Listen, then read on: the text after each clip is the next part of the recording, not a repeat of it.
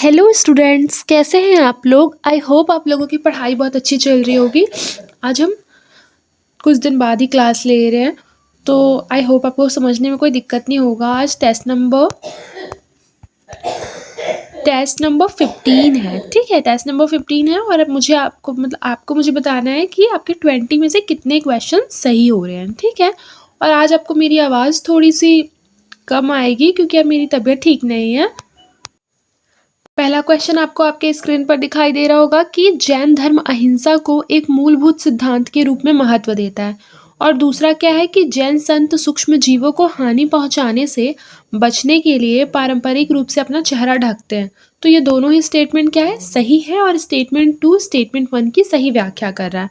तो इसलिए option number A क्या हो जाएगा, हमारा करेक्ट आंसर हो जाएगा। आप लोगों ने भी यही टिक किया होगा, मुझे पता है। फिर देखिए, भक्ति आंदोलन के संदर्भ में एक क्वेश्चन दिया हुआ है जिसमें 3 स्टेटमेंट है, हमें बताना है कि कौन सा सही है। ठीक है, देखते हैं। भक्ति आंदोलन ने ईश्वर के प्रति व्यक्तिगत भक्ति पर बल दिया था। ये बिल्कुल सही है कि भक्ति आंदोलन में व्यक्तिगत भक्ति पर बल दिया गया था। फिर लिखा है यह आंदोलन ब्राह्मणवादी प्रभुत्व की प्रतिक्रिया के रूप में उभरा था। ये भी सही है।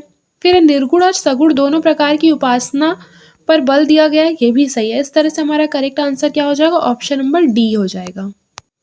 फिर देखिए, भारत में विदेशी यात्रियों के संबंध में निम्नलिखित कथनों पर विचार कीजिए। पहला है कि जो फाहियान था वो एक बौद्ध चीनी भिक्षु था जो कि चंद्रगुप्त द्वितीय के शासनकाल के दौरान भारत आया था। तो ये तो बिल्कुल सही है। फिर अलबिरूनी के अवलोकनों ने भारतीय समाज और संस्कृति का व्यापक विवरण प्रदान किया। ये भी सही है। फिर इब्न बतूता का जो वृत्तांत है मुख्यतः दक्षिण भारत में उसकी यात्रा पर केंद्रित है।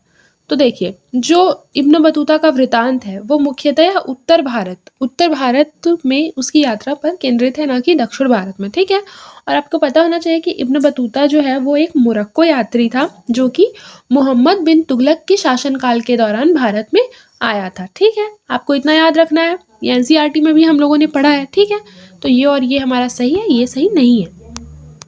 फिर देखिए, निम्नलिखित में से कौन वैदिक समाज में धर्म की अवधारणा का सर्वोत्तम रूप से वर्णन करता है ना। तो बताइए कौन सा करता है। बिल्कुल सही, बी, कर्तव्य आधारित आचार संहिता। ठीक है, ऑप्शन नंबर बी। प्रमुख भक्ति संतों एवं उनकी संबद्धता के संबंध में निम्नलिखित युग्मों पर विचार कीजिए। देखिए, भक्ति संत हमारा दिया हुआ है, मीराबाई दिए हुए हैं, कबीर, तुलसीदास, बसवन्ना। और संबद्धता बोल रहा है, देखिए मीराबाई हमें पता है कृष्ण भक्ति से रिलेटेड है, कबीरदास जी निर्गुण भक्ति से, तुलसीदास जी राम भक्ति से, बसवन्ना जो है वो शिव पूजा से रिलेटेड थे। इस तरह से हमारा क्या है, चारों ही सही सुमेलित है। ऑप्शन नंबर डी इसका करेक्ट आंसर हो जाएगा। ठीक है, फिर देखिए, प्राचीन भारतीय सामाजिक प्रणालियों के संदर्भ में निम्नलिखित कथनों पर विचार कीजिए। देखिए, लिखा है वर्ण व्यवस्था लोगों को उसके व्यवसाय के आधार पर वर्गीकृत करती है। वर्ण व्यवस्था, ठीक है, हाँ, व्यवसाय के आधार पर वर्गीकृत करती है ना, 4 भागों में। ठीक है, फिर है कि आश्रम प्रणाली में जीवन के ऐसे चरणों का उल्लेख है जो केवल ब्राह्मणों पर लागू होते हैं। तो ये हमारा सही नहीं है। ठीक है, ये हमारा सही नहीं है, क्योंकि आश्रम व्यवस्था जिसमें कि 4 चरण है, हमें पता है, ब्रह्मचर्य, गृहस्थ, वानप्रस्थ और संन्यास। ठीक है, इसका जो उद्देश्य है वो समाज में नैतिक और आध्यात्मिक विकास के लिए सामान्य रूपरेखा तैयार करना था। ठीक है, तो ये तो हमारा रॉन्ग हो गया। अगर 2 रॉन्ग हो गया तो हमारा करेक्ट आंसर क्या निकल के आ गया, ऑप्शन नंबर ए। ठीक है, फिर महत्वपूर्ण बौद्ध स्थलों एवं उनके महत्व के संबंध में निम्नलिखित कथनों पर विचार करना है। ठीक है, 4 स्थल दिए हुए हैं और उनके महत्व दिए हुए हैं। आइए देखते हैं। सबसे पहले क्या दिया हुआ है, बोध गया। बोध गया जो है वो बुद्ध को ज्ञान प्राप्ति से रिलेटेड है। सारनाथ में प्रथम उपदेश दिया गया था, बिल्कुल सही है। कुशीनगर में हमारा महापरिनिर्वाण प्राप्त हुआ था गौतम बुद्ध को। और चौथा है वैशाली जो है वो बौद्ध धर्म के अन्य कारणों से इंपॉर्टेंट है, जैसे कि सबसे आरंभिक बौद्ध परिषदों में से एक का स्थल होना। ठीक है, और याद रखिएगा कि जो बुद्ध का जन्म स्थल है वो नेपाल के लुम्बिनी में था, ना कि वैशाली में। तो ये तो रॉन्ग हो जाएगा। और वैशाली में क्या था हमारा, बताइए। मैंने अभी आपको बताया ना, वहाँ पे बौद्ध परिषद का निर्माण किया गया था, वैशाली में। इस तरह से जो हमारा करेक्ट आंसर हो जाएगा वो हो जाएगा ऑप्शन नंबर सी, ओनली 3। ठीक है, संगम साहित्य से रिलेटेड हमारा एक क्वेश्चन है, ये देखते हैं इसे। देखिए, संगम साहित्य अपने यथार्थवाद एवं तमिल जीवन के चित्रण के लिए जाना जाता है। इसकी रचना पुरुष एवं महिला दोनों कवियों ने की थी और संगम ग्रंथ शास्त्रीय संस्कृत में रचे गए हैं। तो याद रखिएगा कि जो संगम ग्रंथ है ना, वो शास्त्रीय संगीत में नहीं रचे गए थे। संगम साहित्य जो है वो हमारा तमिल भाषा में लिखा गया था, याद रखिएगा, तमिल भाषा में। किस में लिखा गया था? तमिल भाषा में लिखा गया था। तो इस तरह से अगर हमारा थर्ड रॉन्ग हो जा रहा है तो हमारा 3 ऑप्शन तो ऐसे ही चला गया और ऑप्शन नंबर ए हमारा क्या निकल के आया? सही उत्तर आ गया। फिर आइए देखते हैं अगला क्वेश्चन क्या है, जिसमें एक साइड पे यात्री दिए हुए हैं और दूसरे साइड पे उनके विवरण दिए हुए हैं। आइए देखते हैं क्या दिया हुआ है। देखिए, इब्न बतूता दिया हुआ है और विवरण में लिखा है कि अलाउद्दीन खिलजी के शासनकाल का विवरण। तो इब्न बतूता के साथ ऐसा नहीं था। इब्न बतूता जो है ना, वो अलाउद्दीन खिलजी के शासनकाल में नहीं बल्कि मोहम्मद बिन तुगलक के शासनकाल में 14वीं सदी में आए थे, ठीक है। फिर फाहियान जो है हर्षवर्धन का काल, फाहियान जो है वो हर्षवर्धन का विवरण, ठीक है। ये गलत है क्योंकि हर्षवर्धन के काल में ह्वेनसांग आया था, ना कि फाहियान। फाहियान तो चंद्रगुप्त द्वितीय के काल में आया था। किसके? चंद्रगुप्त द्वितीय, ठीक है, शॉर्टकट में लिख रही हूँ। फिर उसके बाद है Marco Polo. Marco Polo Mughal प्रशासन का विवरण नहीं देता है, बल्कि मार्को पोलो तो दिल्ली सल्तनत के बारे में बताता है, तो ये भी मैच नहीं है। अलबरूनी का है कि हिंदू दर्शन एवं समाज का विवरण इन्होंने दिया था, तो सिर्फ और सिर्फ एक सुमेलित है, बाकी और कोई भी सुमेलित नहीं। फिर देखिए, विदेशों में भारतीय संस्कृति के प्रचार के संदर्भ में निम्नलिखित कथनों पर विचार कीजिए, ठीक है। तो सबसे पहले देखिए कि बौद्ध धर्म के प्रसार से भारत और दक्षिण पूर्व एशिया के बीच सांस्कृतिक संबंध स्थापित करने में सहायता प्राप्त हुई है। फिर लिखा है चोलों का श्रीलंका एवं दक्षिण पूर्व एशिया जैसे क्षेत्रों के साथ महत्वपूर्ण समुद्री संबंध था। फिर भारतीय प्रभाव के कारण दक्षिण पूर्व एशिया में हिंदू मंदिरों का निर्माण हुआ। ये भी सही, ऑप्शन नंबर डी, ठीक है। ऑप्शन नंबर डी क्या हो जाएगा? हमारा करेक्ट आंसर हो जाएगा। प्राचीन भारत में वैज्ञानिक प्रगति के संदर्भ में निम्नलिखित कथनों पर विचार करना है, ठीक है। प्राचीन भारत में वैज्ञानिक प्रगति, तो आइए देख लेते हैं। सबसे पहले क्या दिया हुआ है, देखिए ऑप्शन नंबर ए, इसमें लिखा है स्टेटमेंट 1 में कि आर्यभट्ट सूर्य केंद्रित ब्रह्मांड के बारे में चर्चा करने वाले पहले वैज्ञानिक थे, तो ये भी बिल्कुल सही है। फिर ब्रह्मगुप्त ने शून्य को एक स्थान धारक और एक गणितीय मूल्य वाली संख्या के रूप में विकसित करने में महत्वपूर्ण योगदान दिया, ये भी सही है। फिर चरक संहिता एक प्राचीन भारतीय ग्रंथ है जो शल्य चिकित्सा प्रक्रियाओं में विस्तृत वर्णन के लिए जाना जाता है, ठीक है। तो आपको पता होगा कि चरक संहिता जो है वो बेसिकली चरक द्वारा लिखा गया है, और इसमें लिखा है ना कि जो शल्य चिकित्सा के लिए फेमस, तो याद रखिएगा शल्य चिकित्सा के लिए सुश्रुत संहिता फेमस है, ठीक है, शल्य चिकित्सा के लिए। तो इस तरह से अगर बोला जाए तो हमारा ये तो रॉन्ग हो जाएगा और correct answer option number A निकल के आ जाएगा।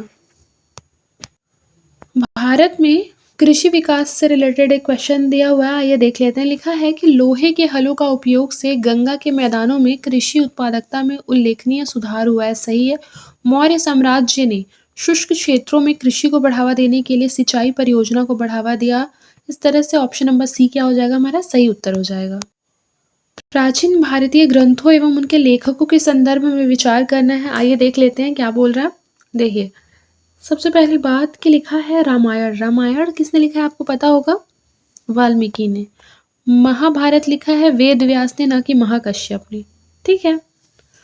फिर उसके बाद आगे देखिए, आगे लिखा है मनुस्मृति मनु ने लिखा है। अर्थशास्त्र अश्वघोष ने नहीं बल्कि चाणक्य ने लिखा है, जिसे हम कौटिल्य कहते हैं, तो ये भी गलत है। इस तरह से ऑप्शन नंबर 2 क्या हो जाएगा? सही हो जाएगा। भारतीय दार्शनिक शाखाओं के विषय में एक क्वेश्चन दिया हुआ है, या देख लेते हैं। लिखा है कि सांख्य दर्शन शाखा वास्तविकता के द्वैतवादी दृष्टिकोण का समर्थन करता है, जो पुरुष और प्रकृति के बीच अंतर करता है, ये सही है, ठीक है। फिर उसके बाद है कि जो न्याय का दर्शन है, ठीक है, न्याय दर्शन मुख्यतः तर्क और ज्ञान मीमांसा पर केंद्रित है, जिसका जो उद्देश्य है वो व्यवस्थित दृष्टिकोण के माध्यम से ज्ञान प्राप्त करना है, सही है। वेदांत दर्शन का ज्ञान केवल एक ही स्रोत मानता है जो वेद है, तो ये गलत है, क्योंकि देखिए वेदांत दर्शन के 3 मुख्य स्रोत हैं वेदांत दर्शन के, उपनिषद है, भागवत गीता है और ब्रह्म सूत्र है। तो ये हमारा क्या हो जाएगा? थर्ड वाला स्टेटमेंट रॉन्ग होने की वजह से ऑप्शन नंबर सी सही हो जाएगा।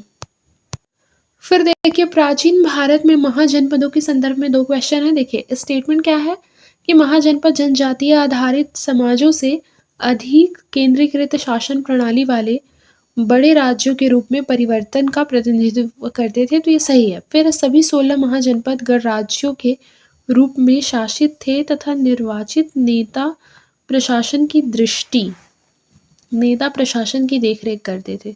देखिए, तो ये पहली बात तो ये कि सभी 16 महाजनपद जो थे वो गणराज्य के रूप में नहीं थे। इसमें से बहुत से ऐसे भी महाजनपद थे जहाँ की गणराज्य की जगह क्या था, राजतंत्र था। ठीक है, तो इस तरह से तो ये हमारा रॉन्ग हो जाता है और ये हमारा राइट हो जाता है। फिर देखिए, पार्टनरशिप फॉर द प्लैनेट पहल किन दो देशों के बीच सहयोग से बढ़ावा दिया गया? तो पार्टनरशिप फॉर द प्लैनेट में भारत और फ्रांस, ऑप्शन नंबर बी, इन्हीं दो देशों के बीच क्या है, सहयोग है। फिर एक राष्ट्र एक चुनाव की जो अवधारणा है, ठीक है, वो किससे रिलेटेड है बताइए। देखिए, इस पहल का जो उद्देश्य है वो लोकसभा, राज्य विधानसभाओं, स्थानीय निकायों के चुनाव का एक साथ कराना है। फिर भारत में इससे पहले एक साथ चुनाव होते थे, लेकिन सन 1968 से 69 में यह चक्र बाधित हो गया। ठीक है, ये दोनों ही हमारा सही है। फिर देखते हैं कि इन अवधारणा को किसी भी संवैधानिक संशोधन की आवश्यकता नहीं है, क्योंकि यह पूरी तरह से नीतिगत परिवर्तनों पर निर्भर है। ठीक है, देखिए, पहली बात तो ये कि इस अवधारणा को संवैधानिक संशोधन की आवश्यकता नहीं है और पूरी तरह से नीतिगत परिवर्तनों पर निर्भर है, ये रॉन्ग हो जाएगा। बहुत ही एक्सट्रीम सेंटेंस है, आपको पढ़ के भी लग रहा होगा, कॉमन सेंस लगाएंगे कि ये स्टेटमेंट रॉन्ग है। ठीक है, इस तरह से अगर थर्ड हट गया तो हमारा ऑप्शन नंबर 1 करेक्ट आंसर हो गया। फिर देखिए कि भारत के डिजिटल सार्वजनिक अवसंरचना के संबंध में एक क्वेश्चन दिया हुआ है, आइए देख लेते हैं। लिखा है कि डीपीआई उस तकनीकी आधार को संदर्भित करता है जो सार्वजनिक सेवाओं को डिजिटल रूप प्रदान करने में सक्षम बनाता है, तो ये सही है। फिर लिखा है इसका जो यूज़ है केवल ई कॉमर्स और ऑनलाइन खुदरा सेवाओं के लिए किया जाता है, तो ये तो रॉन्ग हो जाएगा, क्योंकि ओनली इसके लिए यूज़ नहीं होता, और भी बहुत सारे यूजेस होते हैं। फिर लिखा है कि यह शासन में अभिगम दक्षता पारदर्शिता को बढ़ाएगा, ये सही है।